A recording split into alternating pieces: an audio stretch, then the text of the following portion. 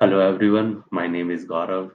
I have done BTech in mechanical and MTech in thermal, and also I'm currently working as a research scholar in IIT ISM Dhanbad. I also cleared GATE in first attempt, and I have more than 4 years of experience. Today we are going to start a new topic that is gravitation. Okay. First of all, we discuss what is the basic difference between gravitation and gravity. क्या दोनों same है? क्या gravitation और gravity दोनों ही same चीज है या कुछ डिफरेंस है? बहुत लोगों को क्या लगता है कि ग्रेविटेशन और ग्रेविटी दोनों ही सेम चीज है, ठीक है, बट ऐसा नहीं है, ठीक है। बेसिकली अगर वर्ड में डिफरेंस है, ग्रेविटेशन और ग्रेविटी दो अलग वर्ड है, तो कुछ ना कुछ डिफरेंस जरूर हो, ठीक है। तो फर्स्ट ऑफ ऑल हम लोग समझने का कोशिश करते हैं कि बेसिक डिफरेंस क्या है, क्या ग्रेविटेशन और ग्रेविटी में बेसिक डिफरेंस क्या है, ठीक है। तो फर्स्ट ऑफ ऑल जैसा कि यहाँ पे डेफिनेशन से देख पा रहे हैं और साथ ही साथ पिक्चर में देख पा रहे हैं, तो ये एक पिक्चर लिया गया और दूसरा पिक्चर ये वाला लिया गया, ठीक है। ये वाला पिक्चर जो है ये ग्रेविटेशन का है और ये पिक्चर ग्रेविटी का, ओके। ग्रेविटेशन का डेफिनेशन का बात करें तो सबसे पहले ग्रेविटेशन का डेफिनेशन ये है, gravitation is the force of attraction between any two bodies in the universe, okay.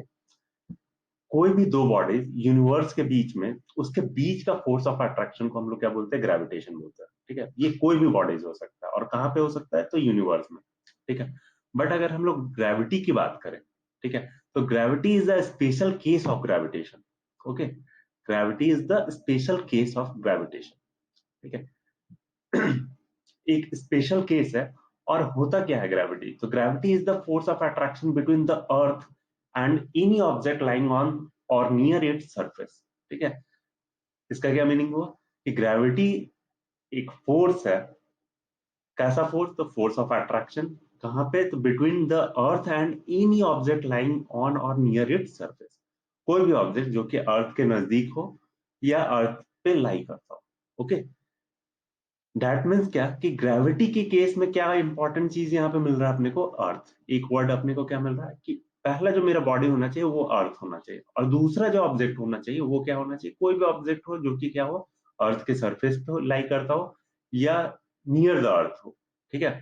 But in case of gravitation हम लोग क्या देखें कि कोई भी दो बॉडीज हो सकता है इसमें, जरूरी नहीं है कि यहाँ पे अर्थ हो ही, ठीक है। और कहाँ पे ये लाई करे? यूनिवर्स में कहीं पर भी, ठीक है। जैसा कि पिक्चर में ये क्लियर दिख पा रहा है कि ये दो बॉडी है, एक बॉडी यहाँ पे है और दूसरा बॉडी यहाँ पे, ये रहा, ठीक है। दोनों कहाँ पे प्रेजेंट है? कहीं यूनिवर्स में दोनों। तो जो भी दोनों के बीच में फोर्स ऑफ अट्रैक्शन होगा इन दोनों बॉडी के बीच में, ठीक है, ये इसको कुछ सर्टेन फोर्स से अट्रैक्ट कर रहा होगा और ये वाला इसको सर्टेन फोर्स से अट्रैक्ट कर रहा होगा, ठीक है। तो इन दोनों के बीच का जो फोर्स आएगा वो क्या कहलाएगा? ग्रेविटेशन कहलाएगा, okay. But in case of gravity क्या है? ये जो बॉडी है ये मेरा क्या है? अर्थ, ठीक है। वन बॉडी मस्ट बी अर्थ, ठीक है। और दूसरा जो ऑब्जेक्ट हो वो क्या होना चाहिए? या तो अर्थ के सरफेस पे लाई करना चाहिए यहाँ पे कहीं, या फिर कहीं पे नियर बाय द सरफेस, ठीक है। या तो अर्थ के सरफेस पे हो या अर्थ से नियर बाय कहीं पे भी लाई करता हो, ठीक है। तो ऐसे केस को हम लोग क्या करेंगे? ग्रेविटी। दैट मीन्स क्या? यहाँ पे अर्थ का होना जरूरी है, ओके। तो आई होप आप लोगों को समझ आ गया होगा कि ग्रेविटेशन और ग्रेविटी के बीच का बेसिक डिफरेंस क्या है, ठीक है। नेक्स्ट पॉइंट का बात करें कि दोनों में और भी कुछ कुछ डिफरेंसेस है, बिल्कुल है, ठीक है। क्या क्या डिफरेंस है तो उस चीज को हम लोग देखते हैं यहाँ पे, ठीक है। तो पहला जो डिफरेंस आता है वो है सबसे इंपॉर्टेंट चीज, वो फॉर्मूला, ठीक है। तो इन केस ऑफ ग्रेविटेशन हम लोग देख सकते हैं कि फॉर्मूला क्या है? F is equal to capital G m1 m2 by R square. क्या है? F is equal to capital G m1 m2 by R square, where G is a gravitational constant and small r is the separation between two bodies, separation between two bodies, okay। दोनों bodies के बीच का separation, that is distance, ठीक है।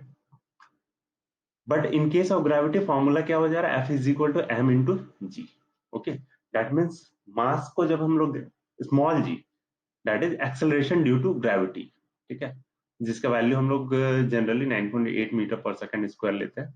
But ये जरूरी नहीं है कि 9.8 मीटर पर सेकंड स्क्वायर ये फिक्स वैल्यू, ठीक है। But in case of gravitation constant हम लोग लेते हैं 6.67 into 10 to the minus 11, newton metre square per KG square, ये हमेशा फिक्स होता है, ठीक है, ये हमेशा फिक्स होता है। बट बहुतों को लगता है कि सर हम लोग तो जी का value 9.8 metre per second square लेते हैं, बट ये हमेशा नहीं लेते, ठीक है, ये केस टू केस वैरी करता है, ठीक है, पोजीशन टू पोजीशन वैरी करता है, ठीक है। अगर ये नॉर्थ पोल में है तो जी का वैल्यू सर्टेन चेंज हो सकता है, ठीक है, इक्वेटर पे आएगा तो जी का वैल्यू कुछ डिक्रीज कर जाएगा, ठीक है। तो ये अप्रॉक्स हम लोग मोस्ट ऑफ द केसेस 9.8 लेते हैं, बट ये हमेशा फिक्स नहीं रहने वाला, ये चीज को ध्यान रखना है, ये इंपॉर्टेंट फैक्टर निकल के आता है, ठीक है। सेकंड पॉइंट क्या निकल के आता है, it is a universal force, ठीक है, gravitation is a universal force but gravity is not a universal force, okay. Third point क्या है, gravitation is a weak force, ठीक है, जो ग्रेविटेशन होता है दोनों यूनिवर्स के बीच का बॉडी है, ठीक है, तो जो फोर्स ऑफ अट्रैक्शन होता है वो काफी वीक होता है, ठीक है, but in case of gravity it is a strong force, okay, it is a strong force. तो यहाँ पे एक डाउट निकल के आता है कि क्या सर ये जो फोर्स है मेरा, ये कभी जीरो हो सकता है क्या, ठीक है, या जो ग्रेविटी फोर्स है वो मेरा जीरो हो सकता है क्या? जी, बिल्कुल हो सकता है, ठीक है।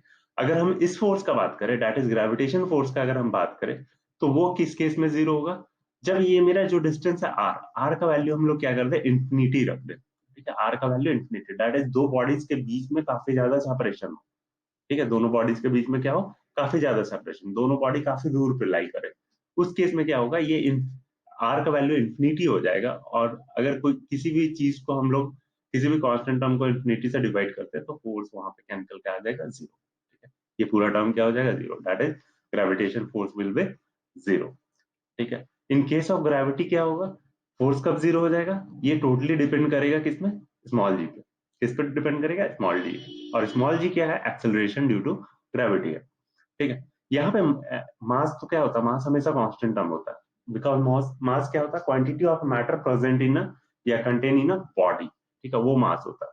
तो मास हमेशा जो भी उसमें क्वांटिटी ऑफ मैटर प्रेजेंट है वो हमेशा क्या रहेगा, कांस्टेंट रहेगा, ठीक है, वो चेंज होने वाला नहीं है। चेंज क्या होगा, तो स्मॉल जी का वैल्यू, ठीक है। अभी मैंने बताया जी हमेशा 9.8 मीटर पर सेकंड स्क्वायर नहीं रहता, जी का वैल्यू चेंज होता है, ठीक है, पोजीशन टू पोजीशन, ठीक है, और भी फैक्टर्स होते हैं जिस पे जी डिपेंड करता है, वो हम लोग डीप में आगे बढ़ेंगे, ठीक है, वेरिएशन ऑफ जी, स्मॉल जी किस किस फैक्टर पे डिपेंड करता है वो हम लोग बाद में देखेंगे आगे चल के, ठीक है। तो यहाँ पे स्मॉल जी क्या हो रहा है, जीरो, अगर स्मॉल जी जीरो हो जाए, दैट इज कब होता है, at the centre of the earth, earth के अगर हम सेंटर पे चले जाए तो वहां पे स्मॉल जी का वैल्यू क्या हो जाता है, जीरो, और अगर स्मॉल जी जीरो हो गया, that means force will be again zero, that is gravitation force will be zero, okay. I hope आप लोगों को बेसिक डिफरेंस समझ आया होगा ग्रेविटेशन और ग्रेविटी के बीच में, ठीक है। तो आज के क्लास को यहीं पे वाइंड ऑफ करते हैं, और फिर हम लोग बाद में पूरे डिटेल में इस चीज को हम लोग पढ़ेंगे, ठीक है। वहां पे हम लोग देखेंगे कि इलेक्ट्रोस्टैटिक्स को कैसे ग्रेविटेशन से कंबाइन करके कैसे स्टडी करते हैं, हायर क्लासेस में जाओगे 12th वगैरह में, तो वहां पे देखोगे कि ग्रेविटेशन को कैसे इलेक्ट्रोस्टैटिक्स से कंपेयर कर सकते हैं, ठीक है। ये हमेशा क्या होता है, अट्रैक्टिव फोर्स होता है ग्रेविटेशन, बट इलेक्ट्रोस्टैटिक्स में देखोगे वहां पे अट्रैक्शन भी होता है और रिपल्सन भी होता है, ठीक है, डिपेंड करता है कि कैसा चार्ज है, ठीक है। सेम पोलरिटी चार्ज होगा तो रिपेल करेगा, अगर अपोजिट चार्जेस होता है तो अट्रैक्ट करता है, तो वहां पे काफी चीज सिमिलर टू द ग्रेविटेशन होता है 12th में जब इलेक्ट्रोस्टैटिक्स पढ़ोगे, और जब कंपेयर करोगे तो काफी अच्छे से सारा चीज समझ आएगा, ठीक है। आई होप आज का सारा चीज समझ आया हो, ठीक है। आज के क्लास को यहीं पे वाइंड ऑफ करते हैं, थैंक यू, ये डेमो क्लास है इसलिए यहीं तक।